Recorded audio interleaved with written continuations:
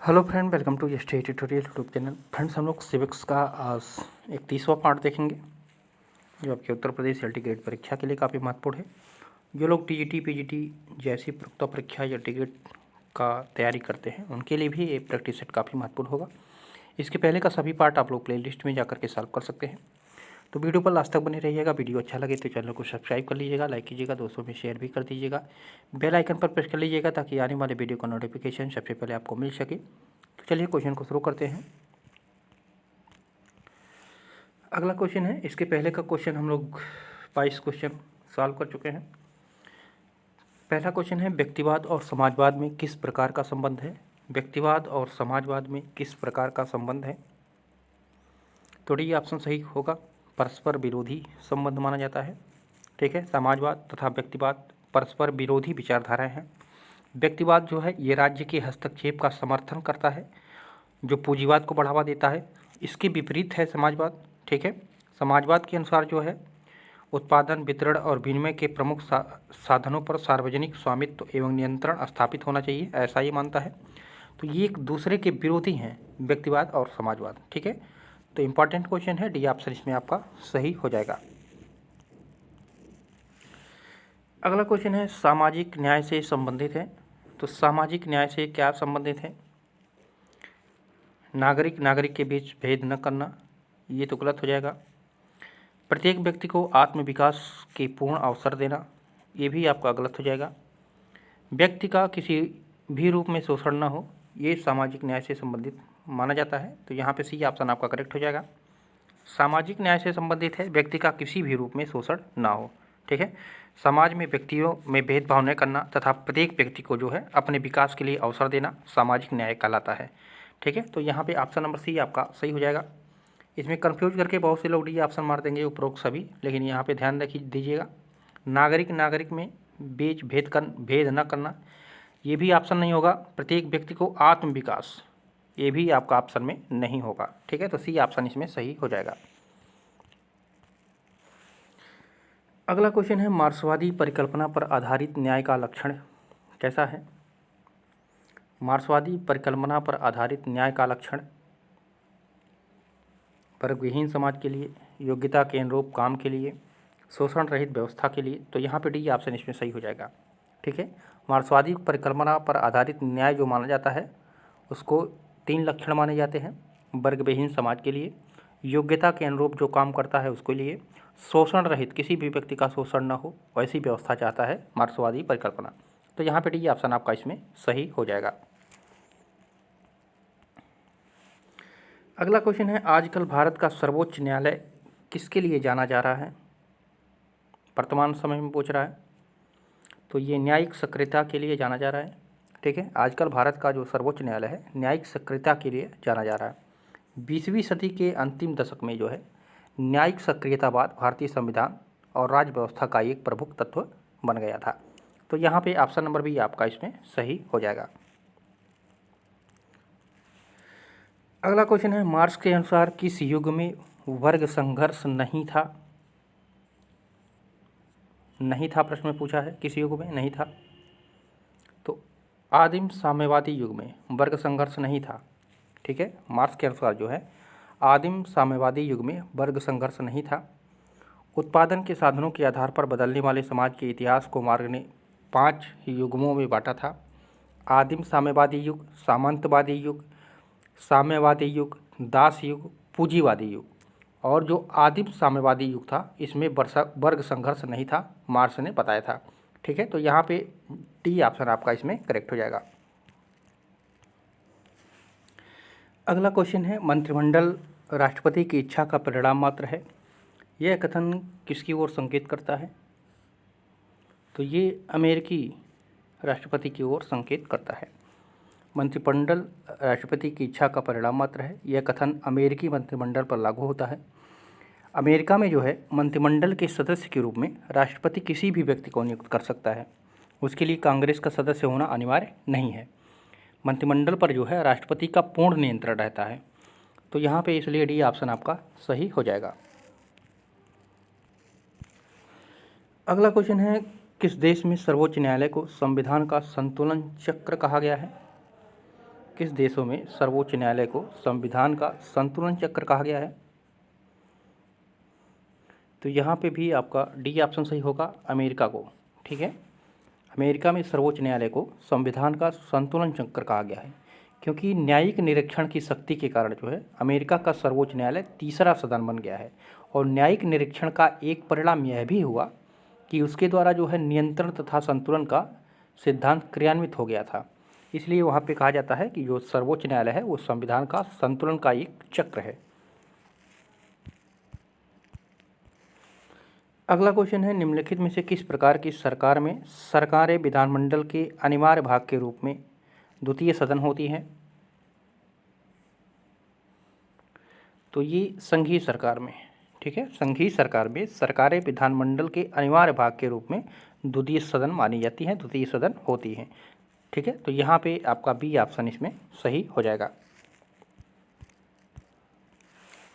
अगला क्वेश्चन है, नेतृत्व विहीन कार्यपालिका किस देश में पाई जाती है? नेतृत्व विहीन कार्यपालिका किस देश में पाई जाती है? तो ये स्विट्जरलैंड में। ठीक है, बी ऑप्शन करेक्ट हो जाएगा। नेतृत्व विहीन कार्यपालिका स्विट्जरलैंड में पाई जाती है। स्विट्जरलैंड में बहु कार्यपालिका की व्यवस्था है। ठीक है, यहाँ पे आप लोग याद रखिएगा, बहु कार्यपालिका की व्यवस्था है। और स्विट्जरलैंड की कार्यपालिका को संघीय परिषद भी कहते हैं। ठीक है, और संघीय परिषद के सदस्यों की संख्या 7 होती है। तो यहाँ से 2-3 पॉइंट है, ये इसको याद रखिएगा, बी ऑप्शन आपका इसमें सही हो जाएगा। अगला प्रश्न है, निम्नलिखित चिंतकों में से किन्हें सामान्यतः दार्शनिक उपागम का संस्थापक समझा जाता है? दार्शनिक उपागम का संस्थापक समझा जाता है किसको? तो प्लेटो एवं अरस्तू को। ठीक है, प्लेटो और अरस्तू को सामान्यतः दार्शनिक उपागम का संस्थापक समझा जाता है। और ये हाब्स, लॉक, रूसो ये किससे हैं? तो ये सामाजिक समझौते से हैं। ठीक है, इसको याद रखिएगा। और बेंथम, जे.एस. मिल ये किससे हैं? तो ये उपयोगितावाद से हैं। ठीक है, ये उपयोगितावाद से हैं। और कांट, हेगल ये आदर्शवादी हैं। ठीक है, ये आदर्शवादी हैं। तो यहाँ से चारों पॉइंट आप लोग याद रखिएगा, बहुत ही महत्वपूर्ण है। डी ए ऑप्शन इसमें आपका सही हो जाएगा। दार्शनिक उपागम के रूप में प्लेटो एवं अरस्तू को जाना जाता है। अगला प्रश्न है, प्लेटो द्वारा चर्चित सद्गुणों के 4 संघटकों का सही क्रम कीजिए। प्लेटो ने जो है 4 सद्गुण बताए थे, उसका सही क्रम कौन सा था? तो उसका सही क्रम था, पहले नंबर पे आता था बुद्धिमानी, दूसरे नंबर पे आता था साहस, ठीक है, तीसरे नंबर पे आता था संयम और चौथे नंबर पे आता था न्याय। ठीक है, तो हो जाएगा आपका 4, 2, 3, 1। तो किस में है? 4, 2, 3, 1 ऑप्शन नंबर सी में है। तो यहाँ पे आपका सी ऑप्शन सही हो जाएगा। ठीक है, प्लेटो के चर्चित सद्गुणों के जो 4 संगठक थे, बुद्धिमानी था, दूसरे नंबर पे साहस था, तीसरे पे संयम था, चौथे पर न्याय था। तो यहाँ पे ऑप्शन नंबर सी आपका इसमें सही हो जाएगा। अगला प्रश्न है, किन विचारकों के अनुसार कानून व स्वतंत्रता एक दूसरे के विरोधी हैं? कानून व स्वतंत्रता एक दूसरे के विरोधी हैं, किसके अनुसार? तो ये व्यक्तिवादी विचारक जो थे। ठीक है, व्यक्तिवादी विचारक कानून व स्वतंत्रता को एक दूसरे के विरोधी मानते थे। ठीक है, तो यहाँ पे डी ऑप्शन आपका सही हो जाएगा। आप लोग कमेंट कीजिएगा व्यक्तिवादी विचारक में कौन कौन से आते हैं। आप लोग जरूर इस प्रश्न को आप लोग कमेंट कीजिएगा, इसका आंसर व्यक्तिवादी विचारक में कौन कौन से विचारक आते हैं। अगला क्वेश्चन है, निम्नलिखित घटनाओं और धारणाओं को उनके प्रकट होने के क्रम में व्यवस्थित कीजिए। नीचे दिए गए कोड का सही प्रयोग कीजिए। तो सबसे पहली कौन सी विचारधारा आई थी? तो सबसे पहले रक्तहीन क्रांति आता है। ठीक है, दूसरे नंबर पे सर्वहारा क्रांति आता है, तीसरे नंबर पे व्यवहारवादी क्रांति आती है और चौथे नंबर पे संपूर्ण क्रांति आती है। ठीक है, तो पहला, दूसरा, चौथा, फिर तीसरा। पहला, दूसरा, चौथा, तीसरा डी ऑप्शन में है। आप लोग सही कर लीजिएगा डी ऑप्शन। रक्तहीन क्रांति पहले पे है, सर्वहारा क्रांति दूसरे पर आया था, व्यवहारवादी क्रांति तीसरे क्रम में आया था, संपूर्ण क्रांति जो है ये चौथे क्रम में आया था। तो यहाँ पे डी ऑप्शन आपका इसमें सही हो जाएगा। अगला क्वेश्चन है भारतीय संविधान के अंतर्गत आर्थिक योजना का विषय है। तो आप लोग जानते होंगे ये क्वेश्चन 2-3 बार रिपीट हो चुका है। आर्थिक योजना, तो आर्थिक योजना जो है ये आता है समवर्ती सूची में आपका, ठीक है। समवर्ती सूची की प्रविष्ट की संख्या कितनी है? 20 है, प्रविष्टि संख्या 20 है। आर्थिक योजना का उल्लेख करती है जो 20वीं प्रविष्टि संख्या। और इस सूची में कुल कितने विषय हैं समवर्ती सूची में? 47 है, ठीक है। 42वें संविधान संशोधन द्वारा जो है राज्य सूची के 4 विषय शिक्षा, जंगली जानवर तथा पक्षियों की रक्षा और नाप तौल जो है इसको समवर्ती सूची में कर दिया गया। अब गणना की दृष्टि से इसकी प्रविष्ट संख्या जो है 52 प्रविष्ट हो गई है, ठीक है। 52 प्रविष्ट संख्या है और 20वें में आर्थिक योजना के बारे में बताया गया है और इसमें विषयों की संख्या है आपका 47 है, ठीक है।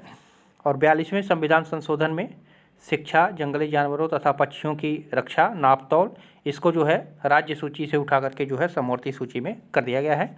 तो यहाँ से 3-4 पॉइंट हैं, इसको भी आप लोग याद रखिएगा, काम कर सकता है एग्जाम में। अगला क्वेश्चन है, 2 सूची दिया हुआ है, मिलान करना है आपको। तो संचालन समिति के अध्यक्ष कौन थे? तो संचालन समिति के अध्यक्ष थे डॉक्टर राजेंद्र प्रसाद। ए में आपका 2 हो जाएगा, ठीक है। मूल अधिकार उप समिति के अध्यक्ष कौन थे? तो मूल अधिकार उप समिति के अध्यक्ष थे डॉक्टर जे.वी. कृपलानी। तो बी में आपका तीसरा सही हो जाएगा। संघीय संविधान समिति के अध्यक्ष कौन थे? तो संघीय संविधान के अध्यक्ष जो थे वो जवाहरलाल नेहरू जी थे, तो 4 हो जाएगा। और प्रांतीय संविधान समिति के अध्यक्ष वल्लभ भाई पटेल जी थे, तो 1 हो जाएगा। तो 2, 3, 4, 1, 2, 3, 4, 1 ए में ही है, तो यहाँ पे पहला वाला ऑप्शन आपका इसमें सही हो जाएगा, ठीक है। ये चारों आप लोग याद रखिएगा, इंपॉर्टेंट है, इसको देख लीजिएगा। अगला क्वेश्चन है, निम्नलिखित में से कौन से तरीकों से अल्पमतों का प्रतिनिधित्व सुनिश्चित किया जाता है? तो पहले संचयी मत व्यवस्था के द्वारा और आनुपातिक प्रतिनिधित्व के द्वारा, इन दो मतों के द्वारा जो है अल्पमतों का प्रतिनिधित्व सुनिश्चित किया जाता है, ठीक है। तो यहाँ पे बी वाला ऑप्शन आपका सही हो जाएगा, ठीक है। संचयी मत व्यवस्था और आनुपातिक प्रतिनिधित्व के द्वारा जो है अल्पमतों का प्रतिनिधित्व सुनिश्चित किया जाता है, ठीक है। तो यहाँ पे ऑप्शन नंबर बी आपका सही हो जाएगा।